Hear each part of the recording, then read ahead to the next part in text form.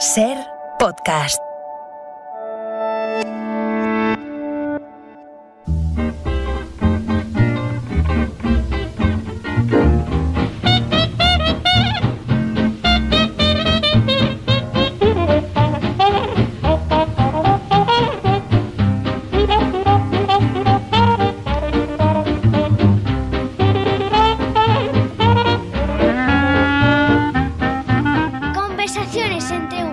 Y un neandertal.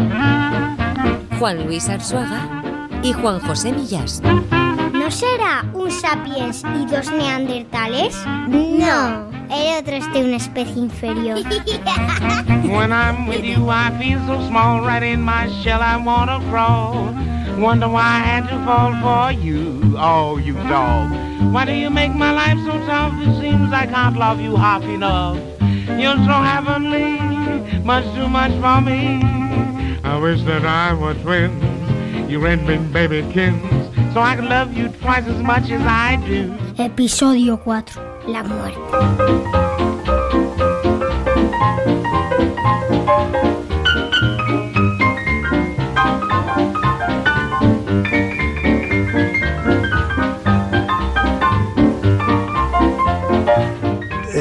A mí siempre me impresionó mucho desde pequeño un relato, un cuento corto de Jack London que se llama Ley de Vida, porque me parece que directamente cuenta cómo se moría la gente en la prehistoria, vamos, en el Paleolítico, cuando las poblaciones eran nómadas.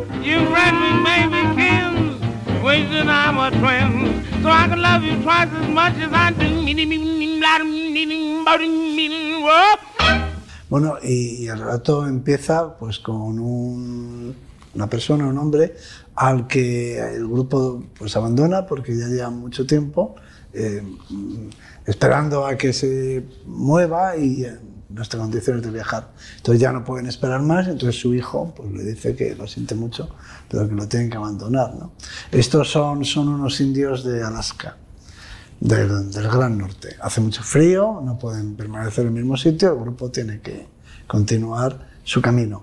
Y entonces le dejan un fuego y le dejan una cierta cantidad una carga de leña y él sabe que su vida va a durar lo que dure el fuego, lo que dure la leña. Porque ya enseguida empieza a oír pues, los sonidos de los lobos que se acercan, ¿no? Entonces, durante ese breve rato en el que bueno, pues, se va consumiendo la leña, pues él va recordando su vida y va recordando pues, que hubo un tiempo en el que él abandonó a su padre o en el que él, pues, cuando fue niño, cuando fue joven, las edades de su vida, cuando finalmente se convirtió en un gran cazador, en el líder del grupo, como lo era ahora, y él cuenta cómo vio, cómo él cazó a un alce, me parece que era, pues que también era viejo, como él vio a un gran animal viejo y lo mató, y porque es la ley de la vida, ¿no? Que los viejos pues tienen que sucumbir y los jóvenes tienen que sobrevivir. Bueno, entonces él acepta, de alguna forma, él encuentra sentido a su muerte. Su muerte tiene un sentido porque es un sacrificio por el grupo, siempre ha sido así, y lo que le pasa no es un acto de crueldad. Dice, mi hijo es un buen hijo, he tenido mucha suerte con mi hijo, porque mi hijo me ha cuidado todo lo que ha podido, pero claro, soy una carga, por lo tanto, igual que los animales mueren cuando les llega su hora, yo tengo que morir por el beneficiar al grupo. Entonces, y finalmente, pues la cosa termina. La anécdota que quería contar es que se me ocurrió cuando empecé como director científico del Museo de la Evolución Humana de Burgos, se me ocurrió que era una magnífica historia para presentarse, porque a fin de cuentas es la prehistoria, ¿no? Y entonces, bueno, convencí a un amigo mío, actor, para que hiciera, porque es un monólogo, se vistiera con unas pieles, lo hizo maravillosamente, y contó el monólogo, contó la historia, contó el cuento. Pero como era la primera vez que hacíamos una cosa así, como una función, una representación, habían ido muchas familias con los niños. Entonces todo el mundo, yo claro, no era consciente de que iban a ir niños, pero claro, por la hora lo podía haber pensado, pero claro, la gente se iba acongojando porque iban viendo que aquello podía terminar mal. y los niños empezaban a preguntar a sus padres, ¿qué va a pasar, papá? ¿Pero qué le va a pasar a este señor? Porque claro, el actor lo hacía tan bien, iba cubierto de pieles, llevaba collares, o sea, es que realmente era como estar ahí. Era una representación perfecta y además habíamos jugado con las luces para que fuera un viaje en el tiempo, ¿no? O sea, estábamos en mitad de la prehistoria presenciando este drama que el actor estaba narrando maravillosamente con todo el dramatismo que un actor haciendo magia, porque el teatro es magia, ¿no?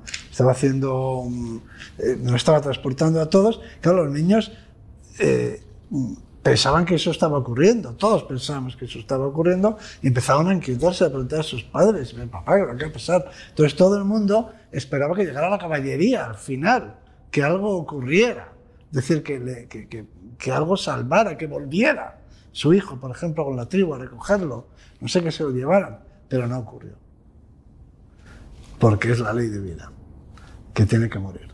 Entonces el público salió desolado de allí.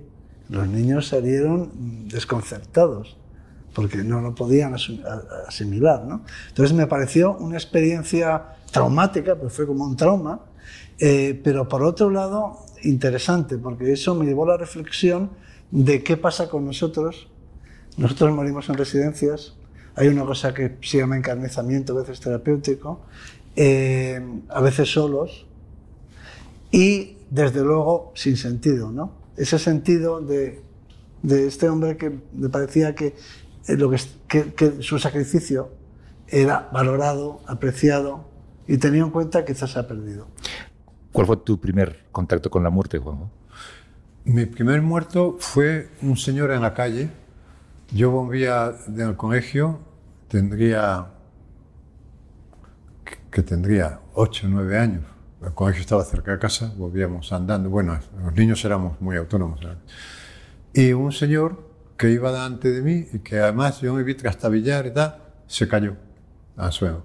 Y enseguida hubo un grupo de gente, estoy en mi barrio, ¿no? Cerca allá de casa, y que se acercó y yo entre ellos, ¿no? Lo miró y entonces recuerdo que esta escena, que es una escena que sale en las películas, pero porque se debe dar mucho en la realidad, que alguien que debía ser médico se acercó, lo tocó, lo tal, llegó, y se volvió así y dijo, está muerto, ¿no? Y yo, cuando he recordado esto, porque lo he escrito, claro, recuerdo porque lo he escrito, porque me impresionó. O sea, yo llegué a casa y fíjate, no lo conté. Qué curioso, ¿no? Estas cosas que hacemos los niños, que nos sentimos culpables de cosas que... Porque no lo conté seguramente porque me producía culpa haber visto un muerto. Que a lo mejor me dijeran en casa, ¿y tú por qué te paras? O sea, frente a las cosas muy traumáticas, los niños en casa nos callamos. Es curioso esto, ¿no? Yo no lo conté, pero claro, aquello fue un antes y un después, y he escrito sobre eso, por eso me acuerdo con tanta...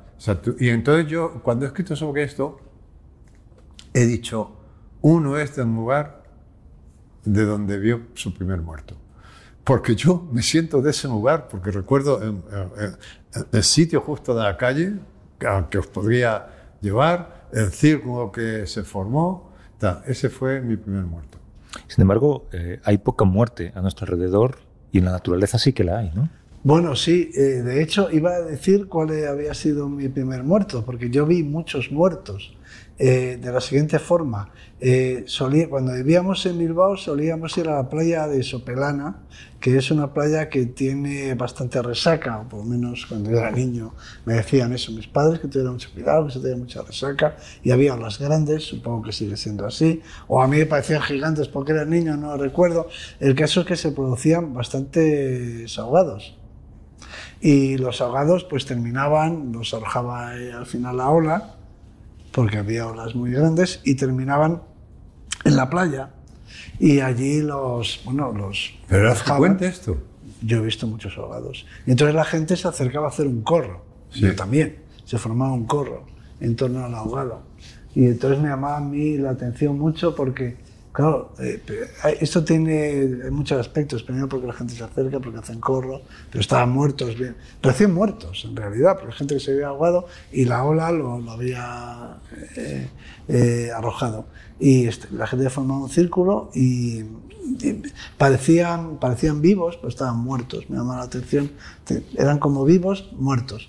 Y recuerdo una de las veces que un socorrista hablaba y decía, que le cogí la mano. O sea, los socorristas tenían como unas planchas, se tiraban, sí, pero como unas planchas para llegar hasta, porque estaba en peligro, y este decía, le cogí la mano, pero se me llevó la ola. Escapó.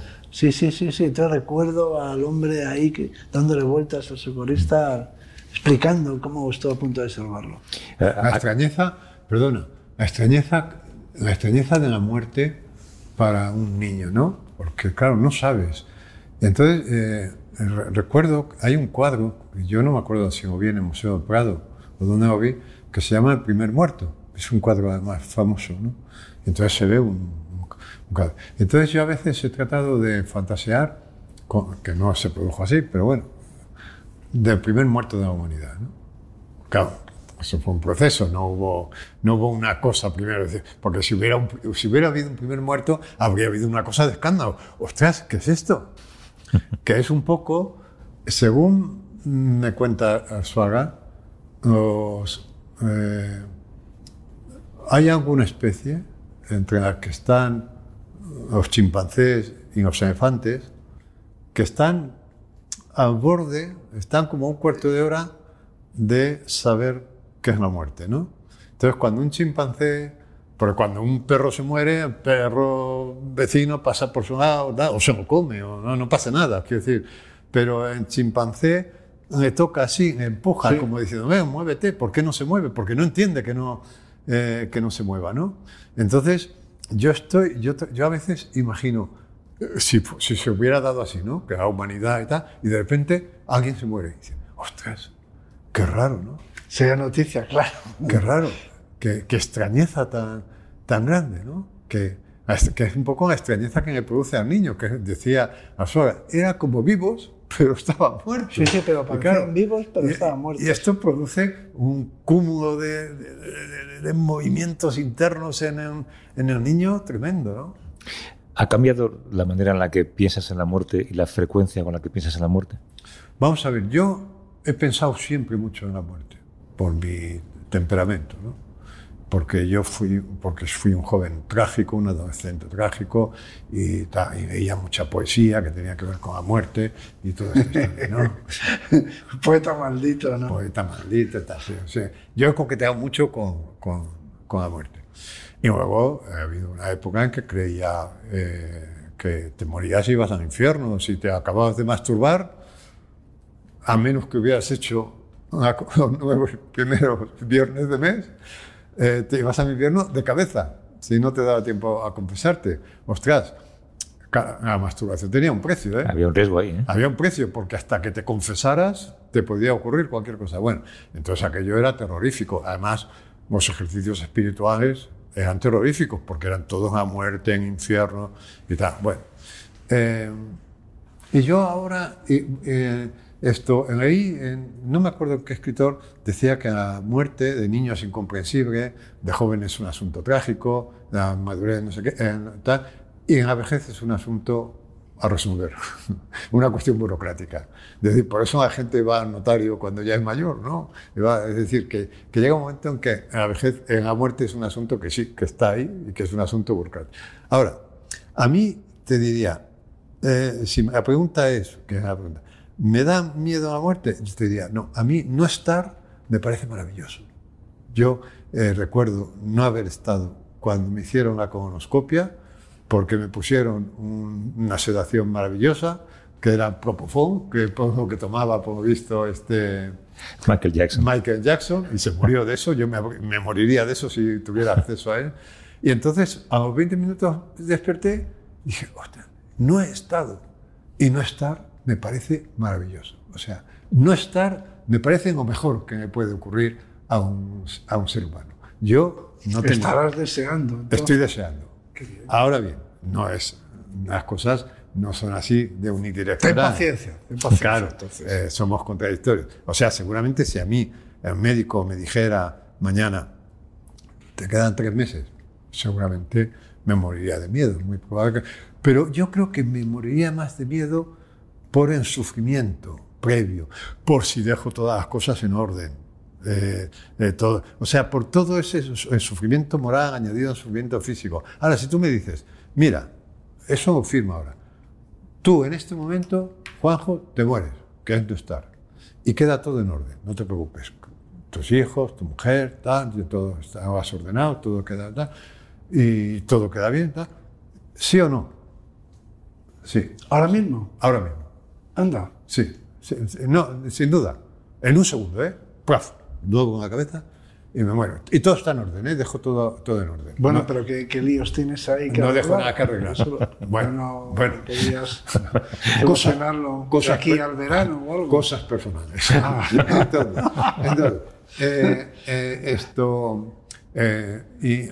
Pero luego con esto de la Yo muerte... no tengo nada, no tengo ningún lío de eso. Ya. Yo Sí, no a mí puedo irme yo, siempre pero- me sorprende cuando hablamos No, que yo quiero de decir esto. que yo estos asuntos que tengo que arreglar no tengo Claro, nada que arreglar. de esto, siempre que hablamos de esto, yo veo no hemos intimado tanto como para contarnos nuestras vidas, ¿no? No, ni pensamos.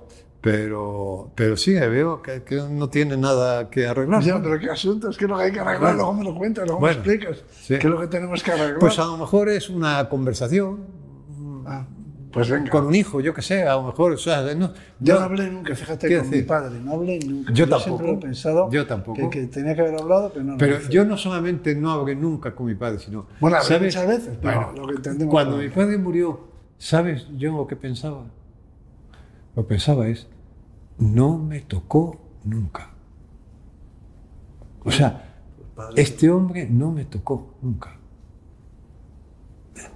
Y me di cuenta en ese momento, o sea, que yo no recordaba momentos en los que mi padre me hubiera acariciado, me hubiera tenido en sus piernas, montando a caballito, estas cosas que yo he hecho con mis hijos. Claro. Yo no recordaba esto. Era otra generación, a lo mejor, ¿no? Bueno, estaba muy ocupado. Pero bueno, dicho esto, yo ahora... Que tienes un montón de papeles y de Es cosas. esto es más complejo. Pero hay ¿Y una cuánto cuestión... tiempo te puede llevar a arreglar todo eso? ¿20 años? ¿30? Una vida. Otra vida. O sea, no te puedes morir porque no puedes ahora mismo. Otra vida. No tienes arreglado, tienes que... Hay una frase en nuestro libro que se ha oído pronunciar, que ha tenido mucho éxito en Twitter, que se ha oído pronunciar a un guardabosques. Estábamos haciendo una excursión no sé dónde. Y yo me fui a ver no sé qué, para tomar nota de los alrededores. Y cuando volví, Arzuaga estaba hablando con el guardabosques que era nuestro anfitrión. Y en ese momento, y estaban hablando de la vida, evidentemente, y en ese momento en que yo llegué, el guardabosques decía, solo hay 2 vidas. La segunda empieza cuando nos damos cuenta de que solo hay una. tenemos 2 vidas. La segunda empieza cuando te das cuenta de que solo tenemos una. Tremendo. Pero bueno, si me permites que me alargue aquí un poquito. Hombre, faltaría más. Yo quiero señalar una cosa que es importante en nuestro libro, porque Arzuaga mantiene, y yo le creo, que la muerte no tiene sentido. Y como la muerte no tiene sentido, no está programada. Es decir, que está programada el nacimiento, hace ya unos 9 meses. Está programada la infancia, está programada la adolescencia, está programada la menopausia. Todo está programado. La muerte no.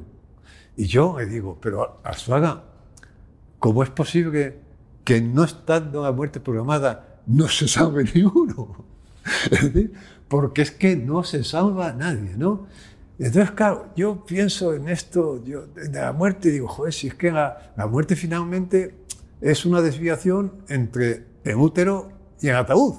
Es decir, porque finalmente sales del útero y llegas al ataúd. Y la vida es un desvío, la vida es un desvío, ¿no? Y no está programado. Pues manda huevos, ¿no? Lo parece. Manda huevos. Pero él afirma que no está programada la muerte, pero no es capaz de explicar por qué no hay nadie de 200 años siquiera. No es decir eso, de los 200 años. No, pero ¿cómo es posible? Bueno, Se intenta. Pero ¿cómo es posible, te insisto, que no haya un zombie inmortal? ¿Has leído La muerte contada por un sapiens al Neandertal? Sí. No, yo no. Bueno, claro, a ver, depende. No, pero tampoco. Aunque nos mantuviésemos jóvenes, o sea, vivir eternamente sería como, no sé, no, llegaría a cansar, a ser demasiado. Pero el problema es que si vives eternamente es cómo vives, porque si vives siempre joven o si vives ya con los problemas de la vejez, claro. Yo creo que lo importante de la vida es que no sabes cuándo vas a morir, ¿no? Es un aliciente. Vivir para siempre, no. Yo creo que no, para mí no. Pues es posible. Me gustaría más tener buena esperanza de vida que longevidad, porque la longevidad al final dices, bueno, sí, puedo tener mucha vida, pero si no es buena, prefiero una esperanza, creer que va a ser una buena vida. ¿Y vivir eternamente? No lo quisiera jamás. Que claro lo tiene. ¿Imaginas comer todos los días lo mismo? ¿El resto de tu vida? ¿O hacer planes para siempre? ¿Cómo sería voy a planear mi vida para siempre? Difícil, ¿no? Después de 15.000 años de vacaciones, ¿a dónde voy el 15.001? Es que no. No, bueno. Yo recuerdo cuando era joven en Odisea del Espacio, decía, no, el año 2000, Miguel Ríos cantaba el año 2000, aquello iba a ser la leche, íbamos a volar, íbamos a hacer de todo. ¿Y qué hacemos? Al sol esperando a que nos firmen. O sea, los ricos pueden ir al espacio, ¿eh? Los ricos... Bueno, hay que ser muy rico. No somos Elon Musk. No.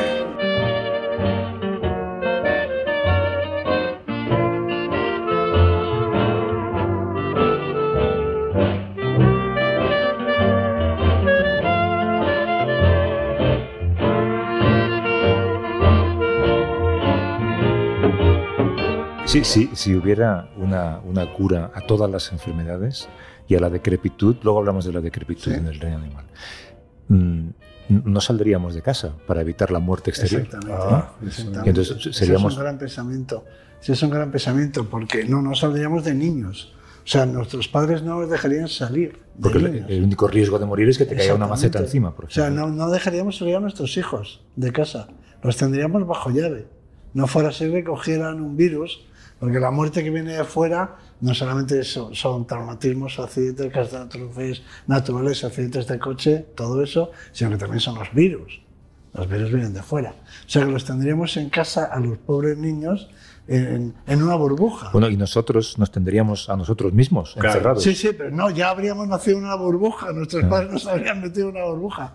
Claro, y con respecto a nosotros, pues a lo mejor nosotros ya como hemos llegado a la conclusión de que ya hemos bebido mucho, a lo mejor nos arriesgamos, pero yo pienso más en lo que les haríamos a nuestros niños. O sea, los meteríamos en una burbuja.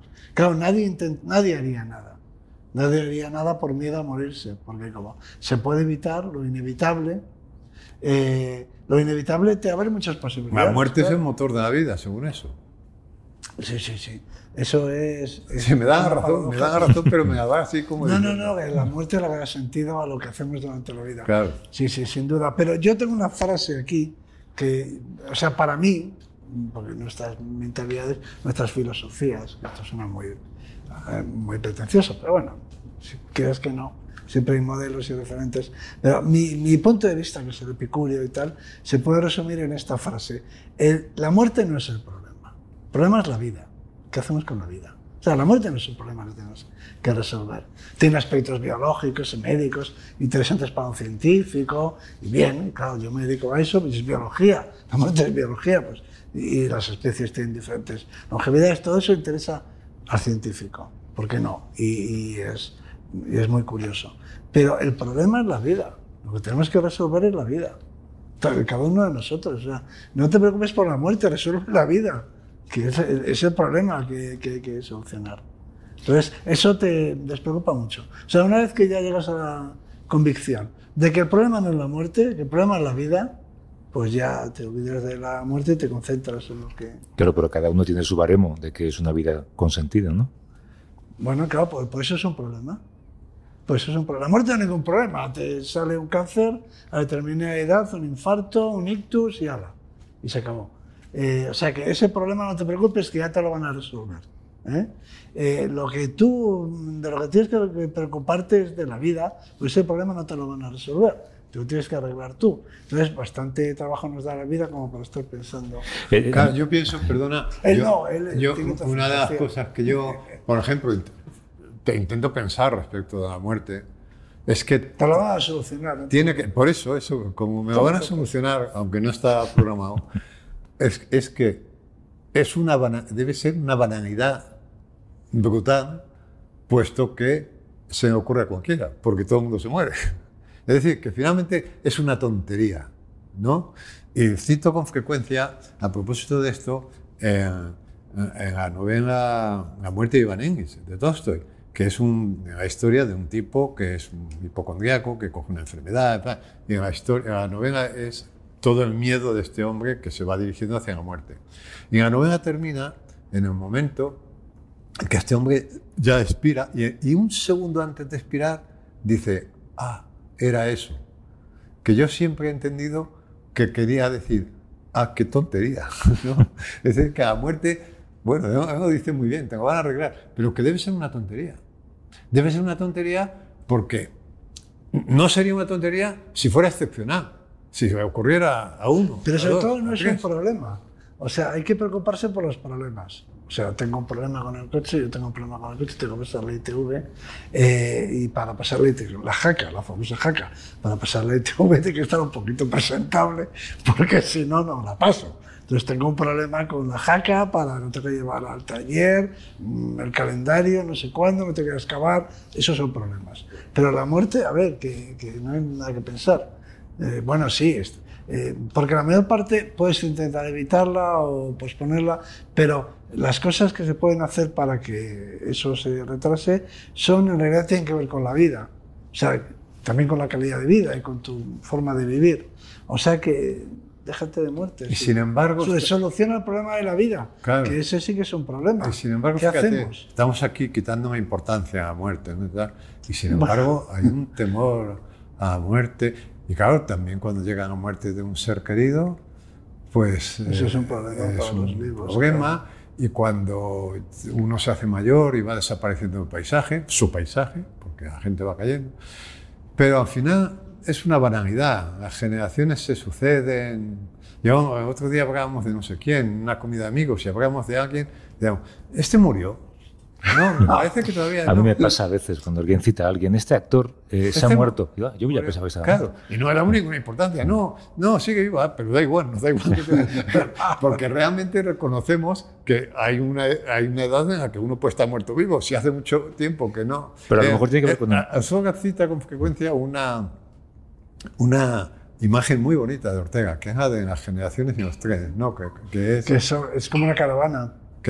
O sea, porque tú eres de una generación, y dice la generación son como caravanas que viajan por el desierto hacia la muerte, ¿no?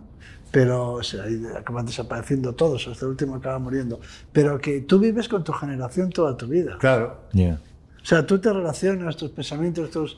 Tu caravana, tú vas en tu caravana. Igual tiene que ver con tu narcisismo, con tu ego, ¿no? Con cómo de importante crees que eres para que la humanidad pueda sobrevivir sin ti.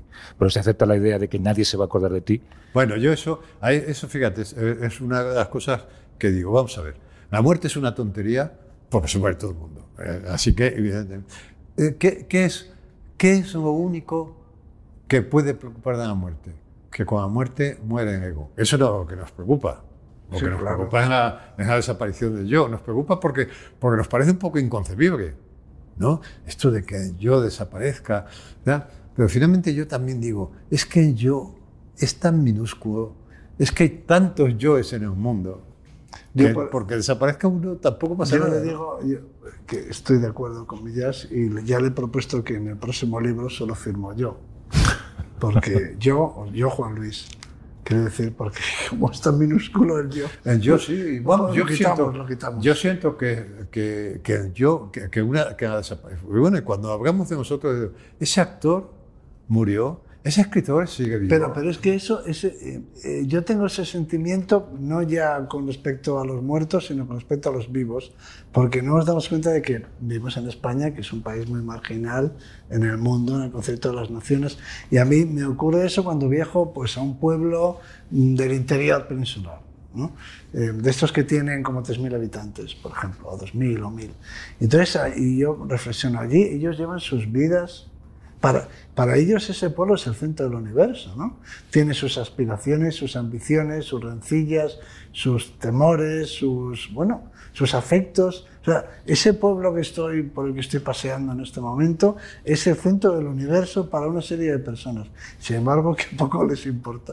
Nos importan a los demás del país, no digamos ya lo que les pone importancia en Estados Unidos, lo que ocurra en ese pueblo del interior de España. Es decir, no hace falta morirte para ser insignificante. O sea, ya lo somos todos, aunque estemos vivos. Sí, por insignificante se entiende que nuestro universo emocional es siempre muy pequeño, ¿no? Pero la próxima vez que veas, a lo mejor te ocurre, en vacaciones o lo que sea, o por trabajo, que vas a una población de estas pequeñas, tranquilas, del interior.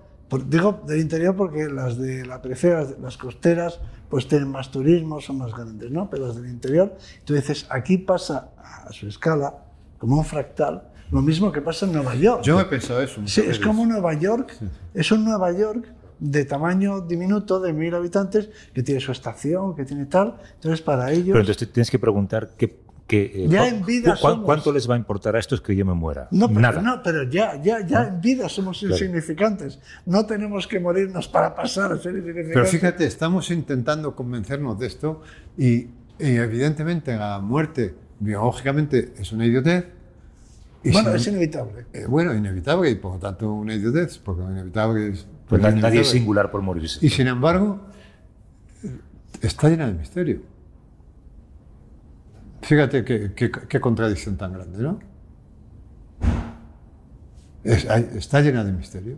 Incluso... estamos hablando de ella, o algo debe de ser. Claro, incluso para los que intentamos acercarnos a ella desde el punto de vista más biologicista, oye, pues esto no es nada, esto es que, en fin, dejas de estar y tal.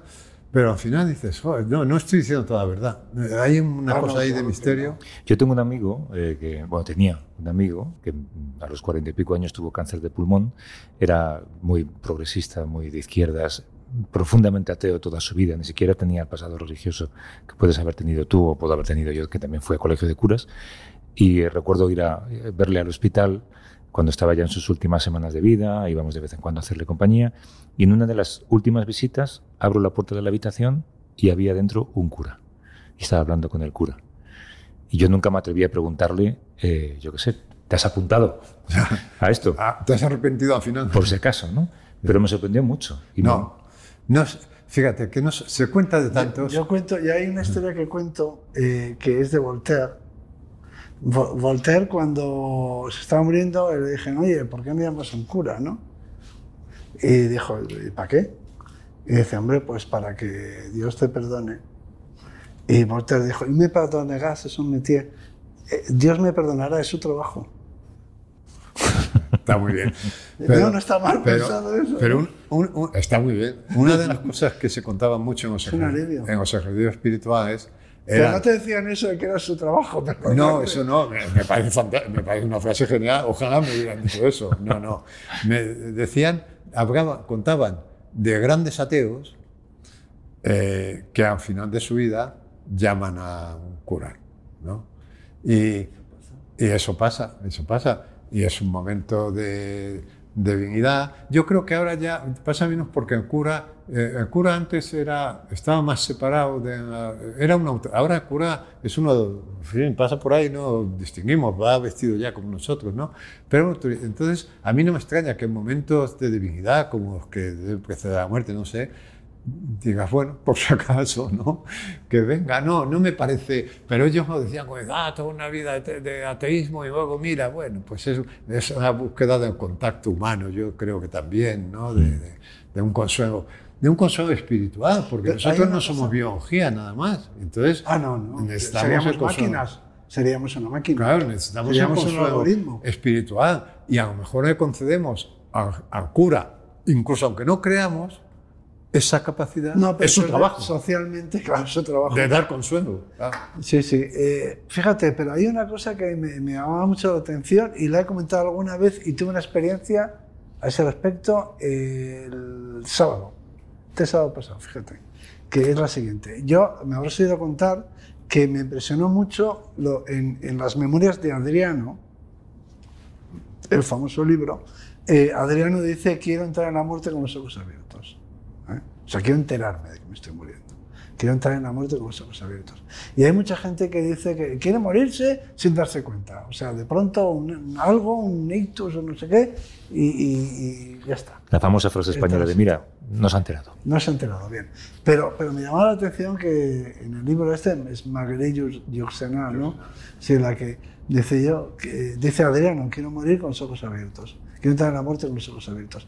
Y el día pasado estaba hablando con una enfermera de cuidados paliativos de la zona del Levante español. Y entonces hay una colonia inglesa muy grande, claro. Y entonces ella pues administra cuidados paliativos a españoles y a ingleses. Y me comentaba, mi experiencia, aún no es una estadística, pero me decía, en mi experiencia, los ingleses no quieren que les duermas.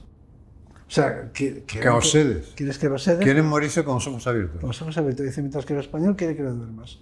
No sé si es verdad o mentira. Ya, pero ahí o qué, pero eso puede ser puede ser muy subjetivo. Pero como mínimo quedémonos en que hay dos actitudes. Sí. No, actitudes como estamos viendo. ¿Tú qué preferirías? Yo siempre digo con los ojos abiertos, digo ahora. A ver, eres científico. ¿Quieres saber qué pasa? Yo prefiero que me seden. No, sedamos sí, no digo dormido. Y a la hora de elegir muerte, fulminante, aunque no te enteres. Que esto, por cierto, ¿ves? A mí me genera también un problema, porque hay el caso de una persona, en fin, muy conocida, no voy a decir quién es, que se murió no hace mucho de ¿cómo se llama? Un derrame masivo cerebral. Un ictus. Pero una cosa masiva, o sea, que no, que estaba hablando así contigo, hizo plaf y se cayó. Sí me suena. Y yo dije, ostras. Así es que no me gustaría a mí. A mí me gustaría morir así. Pero por otra parte me dije, ostras, no sabe que se ha muerto. No, ya. Y eso tiene una carga de misterio. No, o sea, ese hombre no se ha enterado que se ha muerto. No, pero tú fíjate, eso me da... Hubo un suceso en Madrid que me impresionó mucho porque me podía haber pasado a mí, que es que en la cola de un cine de la calle Fuencarral, no te sabría decir qué cine, uno de los que había allí, se les cayó la marquesina. Sí, hombre, me acuerdo. No sé qué cine era, pero bueno, sí. La marquesina era de cemento, claro, que eran marquesinas que hacían de cemento armado, y se le cayó a plomo sobre los que estaban en la cola de la taquilla, y mató como a 5 o 6. Y entonces, como la marquesina estaba como 1 metro por encima, 1,5 metros, claro, la muerte no puede ser más instantánea. Entonces, los 5 o 6 desdichados que murieron en ese momento, si se despertaran a otra vida... No sabrían qué pasó. Estaban en la cola del cine. Sí. Hay un libro... Esa literariamente... No, esa idea... pero yo estaba en la cola del cine. Esa idea de que, claro, un tipo que está absolutamente sano, que está bien, que está hablando contigo y de repente se desploma. Ya. 1/10 de segundo. Ya, pero el otro día le pueden explicar, no, pues se ha desplomado y se ha muerto, pero... Ya, pero si no hay otra vida, dice, claro, ese hombre no sabe que se ha muerto. Es que esto es que a mí esta paradoja me rompe la cabeza. Te vuela, como dicen ahora. Me vuela la cabeza. Me vuela la cabeza. Me vuela la cabeza. No sabe que se ha muerto. A lo mejor sigue haciendo las mismas tonterías que cuando estaba vivo porque no se ha enterado. Hay un libro publicado por una enfermera americana dedicada a cuidados paliativos. Recuerdo haberlo leído hace muchos años. Yo creo que alguna vez lo comentamos en La Ventana, cuando yo estaba todavía fuera. Y ella contaba su experiencia en las conversaciones que tenía con gente que estaba a punto de morirse. Y ella llegaba a la conclusión, o relataba, que nadie nunca le decía en sus últimos momentos: me hubiera gustado ser más rico, me hubiera gustado tener más dinero, me hubiera gustado tener más poder en mi empresa, haber llegado más lejos. Y que el denominador común solía ser: me hubiera gustado pasar más tiempo con mis hijos cuando eran pequeños. ¿Eso qué dice de la especie humana? Eso jamás podríamos... Pues todos los profetas que por este planeta han pasado han intentado con poco éxito que entendamos eso. con poco éxito. ¿Que entendamos a qué? Pues que la riqueza no vale para nada, que lo que importa es la felicidad, que la muerte puede llegar en cualquier momento, que no te llevas nada al otro lado, que el poder es una ilusión o el éxito es el mayor engaño, que lo que cuentas son cómo te sientes tú, tu felicidad interior, a través de la familia. Por aquí han pasado todos los filósofos y todos los profetas de todas las religiones intentando convencernos que esta vida que llevamos es absurda y que lo único que de verdad tienes es pues tu estado de ánimo, tu felicidad, y que todo lo demás no vale la pena, no merece la pena. No solamente eso, sino que de pronto un día tenemos un problema gordo y todas esas cosas tan importantes desaparecen. Bueno, pues no aprendemos. Es que simplemente... Pues no hay nada que hacer. Te sale, o sí aprendemos, pero poco. Te sale un puntito aquí. Y ya está. Y tú imaginas... Y ya tú imaginas que es un cáncer. Y ya la preocupación y por ya de el ascenso, repente las elecciones en Andalucía te importan un pito. Desaparece todo. Y la promoción. Y todo eso. Y el éxito. Y el éxito. Nada van en nada. Más que los seres queridos. Porque me estoy acordando, a propósito de esto que ha dicho Pino, que cuando las Torres Gemelas, la gente que tuvo la oportunidad de llamar a su mujer, a sus hijos y tal, los mensajes que dejaban en el contestador es os quiero. ¿No? ¿Recuerdas esto? Uh-huh. O sea, lo último que la gente llamaba a su casa es para decirle os quiero. Nadie llamaba para decir invierte en metales. Nadie llamaba, exacto. Nadie invierte en armas. Nadie decía, ni siquiera para decir estoy asustado, ni siquiera para pedir consuelo. No, era os quiero. Esto es curioso, ¿eh? Dice mucho. Sí, pero si en el fondo una película no es una idea original mía, desgraciadamente, pero una película vi que si quieres conocer la naturaleza humana, vete al aeropuerto, en nuestro caso de Madrid, el de Barcelona, que tenga más cerca, y ponte a la salida. Cuando sale la gente por la puerta. Entonces salen unos niños y hay unos padres que les abrazan, salen unos abuelos y hay unos niños que les abrazan, salen unos novios que se abrazan. O sea, donde está la verdad, lo auténtico, lo verdadero, lo que merece la pena es en la puerta de salidas de un aeropuerto. Ahí está lo auténtico. Desgraciadamente no siempre lo recordamos. No lo creemos con la cabeza, pero no con el corazón. Bueno, pero cuando salimos por la puerta del aeropuerto, cosa que nos necesitamos ocurre, que nos desahucien, que nos ocurra, o que volvamos de un viaje. Cuando vuelves de un viaje es verdad que lo sientes, ¿no? O cuando esperas a alguien en la puerta del aeropuerto. Tenemos momentos.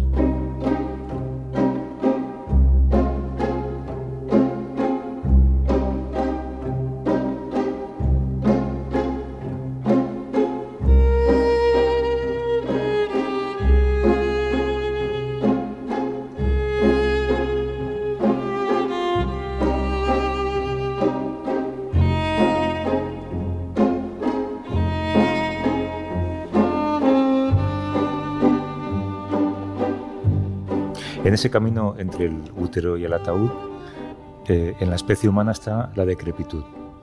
¿En el mundo animal existe? No. Es imposible. Por definición, imposible. ¿Cómo vas a estar decrépito? No duras nada, segundos. Pero ni siquiera un pequeño accidente que has tenido, que la pérdida de movilidad de entrada es una condena a muerte. O sea que ni siquiera puedes perder. No puedes cojear, o sea, la pata coja ya me contarás, que haces por ahí. ¿Es plenitud o muerte? Sí, cualquier animal que sufre algo que le impide, que puede ser un parásito, que puede ser una herida infectada, simplemente una espina. La vida es muy frágil, el individuo es frágil. La especie es fuerte, hablo en general de las especies animales, la especie es fuerte, a veces el grupo es fuerte, si es una especie social, pero el individuo es muy frágil. O sea, te clavas una espina, se te infecta y estás muerto. Esta es una de las frases que más fortuna han tenido del libro. En la naturaleza no hay vejez, solamente hay plenitud o muerte. Que me la dijo Arzuaga después de una visita a la clínica veterinaria de la Universidad Complutense de Madrid. Porque claro, yo tenía la idea, no una idea consciente, pero tenía, como casi todo el mundo seguramente, ¿no? Que debe de venir de las películas de Walt Disney, en fin, y en general de la información que tenemos de la vida, de que en la naturaleza pasa lo mismo que en la vida de los seres humanos. Los leones envejecen, las gaviotas envejecen, tal. No les da tiempo, como dice, no les da tiempo. Y entonces nosotros fuimos a esa clínica veterinaria porque Arzuaga me quería mostrar cómo nuestros animales domésticos, que están hechos a nuestra imagen y semejanza, tienen los mismos problemas que tenemos nosotros. Es decir, hay decrepitud, hay vejez y después viene la muerte. O la inyección letal. O la inyección letal. Que es muy interesante. Que es muy interesante porque efectivamente allí nos contaron que la eutanasia es muy normal. Cuando alguien llega con un perro, con un gato, con un periquito que ya, en fin, su vida ya no tiene sentido, ya está, entonces lo llevan a una habitación, les cuentan. Hay un duelo. Pero entonces, los zoológicos son residencias de ancianos. Claro. Bueno, cuando son jóvenes, no, terminan, claro, sí. Al final de la vida. Es una residencia de ancianos. Porque además en la naturaleza cobras mucho. O sea que está muy bien ser el macho dominante, por ejemplo, o la hembra dominante. Pero te están esperando, claro. Entonces, cuando dejas de serlo, en el caso de los chimpancés, por ejemplo, es terrorífico lo que les hacen al macho dominante cuando pierde el poder, que normalmente pierden el poder porque hay una alianza de machos, ¿no? El macho dominante, antes de que deje de ser el más fuerte, ya se lo cargan. Porque se lo cargan varios machos que no son tan fuertes, pero en alianza, bueno, y le muerden, lo castran, le muerden y le arrancan los dedos. Es una muerte espantosa. O sea, sí, terrorífica. Y bueno, pues... Qué salvaje, ¿no? Salvaje absolutamente. Pero en resumen, que a mí me parece que esto es fantástico. En resumen, la vejez es un invento de la cultura. Claro. Vosotros, desde la ciencia y desde la literatura, ¿cuándo fuisteis conscientes de vuestro envejecimiento? Bueno, yo he sido consciente del envejecimiento escribiendo este libro. Pues bueno, tú no eres consciente. Yo sigo corriendo y todo eso, o sea que no tengo así lo que... Hombre, ya veo, tan tonto no soy, ¿no? Ya me veo que se me cae el pelo y todas esas cosas, los signos de la vejez y sobre todo el colágeno.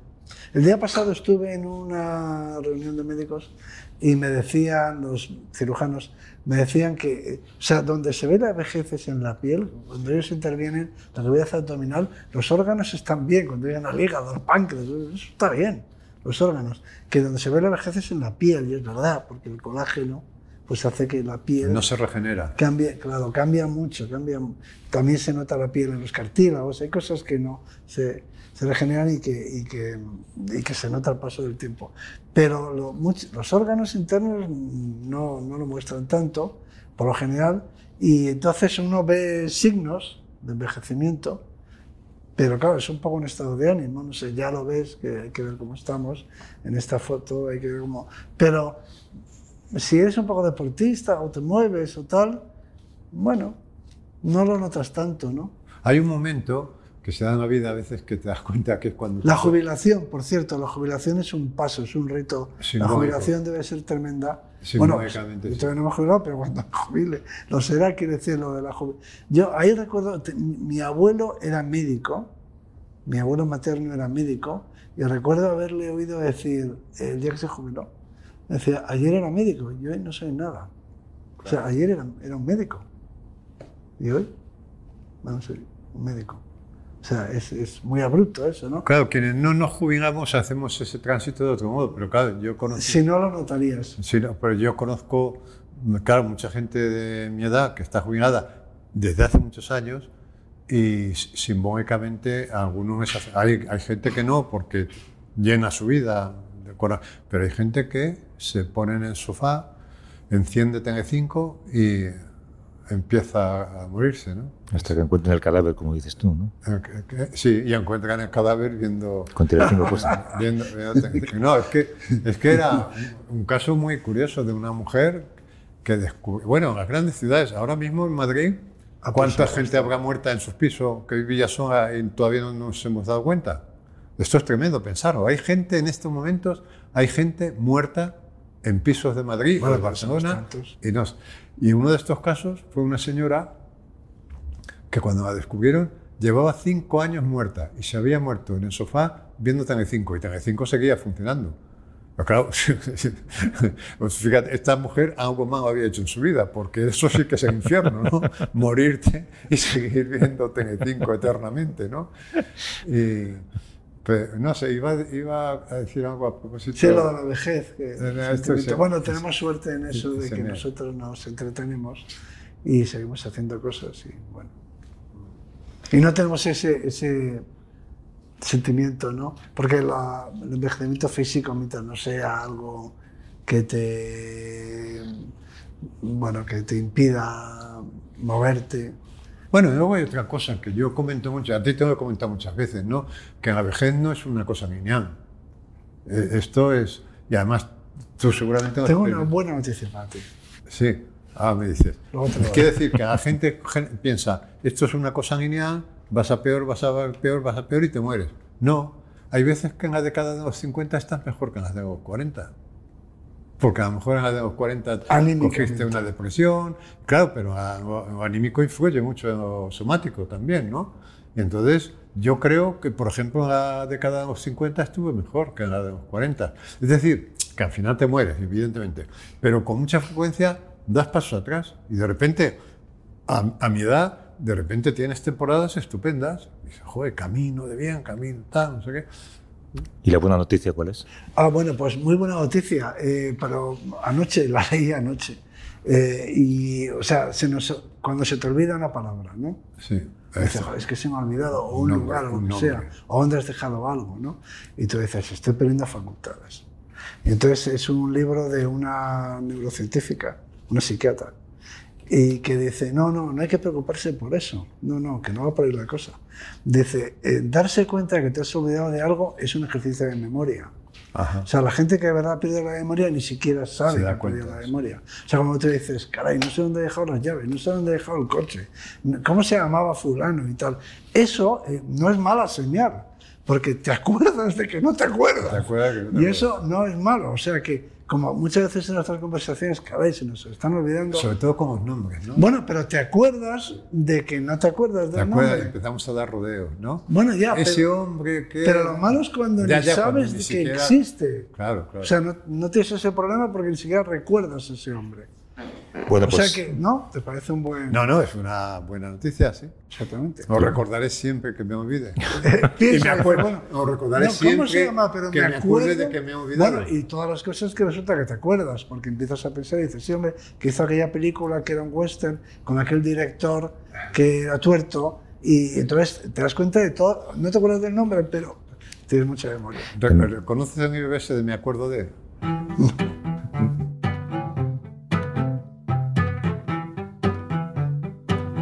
Me tengo que acordar de decir que estamos en el Hotel de las Letras y que hemos tenido aquí estas conversaciones y que gracias a los dos, Juanjo Millás, Juan Luis Arzuaga, para los próximos libros ya haremos algo también. Y tú, Juanjo, arregla tus papeles o lo que tengas. Sí, tengo que... Nos has dejado preocupados. No son necesariamente papeles, es que sois muy materialistas. Hasta luego. I could blame our parting for the fact that I'm not starting all my mornings at the time they ought to start. And I could summon up... Cadena SER. La radio.